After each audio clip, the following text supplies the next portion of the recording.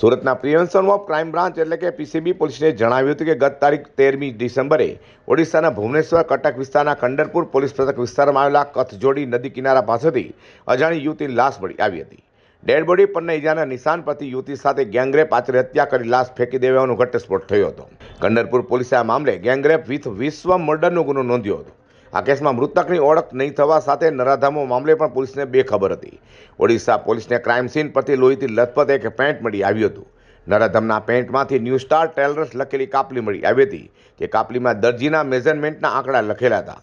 ઓડિશા પોલીસે સમગ્ર ઓડિશા પંથકના પોલીસોના ગ્રુપમાં કાપલી વાયરલ કરી દરજીને શોધી કાઢવા પ્રયાસો કર્યા હતા, જોકે દરજી અંગે કોઈ જ ક્લુ મળી ન હતી। દરમિયાન અધિકારીઓ ધ્યાનથી કાપલી જોતા 3નો આંકડો ગુજરાતીઓ લખે તે રીતે લખાયેલો હોવાનું લાગ્યું હતું। જેથી ગુજરાતમાં જે શહેર અને જિલ્લામાં ઓડિશાવાસીઓ રહે છે તે શહેરોના કમિશનરો અને ઉચ્ચ અધિકારીઓની ઓડિશાના ડેપ્યુટી કમિશનર જગમોહન મીણાએ મદદ માંગી હતી। જે અંતર્ગત સુરત કમિશનર અનુપમસિંહ ગેહલોતે પીસીબી પીઆઈ રાજેશ સુવેરાને આ મામલે તપાસના આદેશ આપ્યા હતા।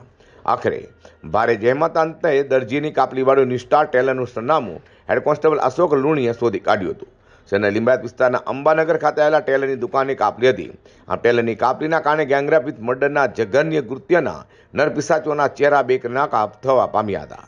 ન્યૂ સ્ટાર ટેલર્સમાં જગન્નાથ ભ્રુએ કપડાં સીવડાવ્યા હોય અને તેને યુપીઆઈથી ₹100 ટ્રાન્સફર પણ કર્યા હોય તેની પોલીસે તેની માહિતી ઓડિશા પોલીસને આપી હતી।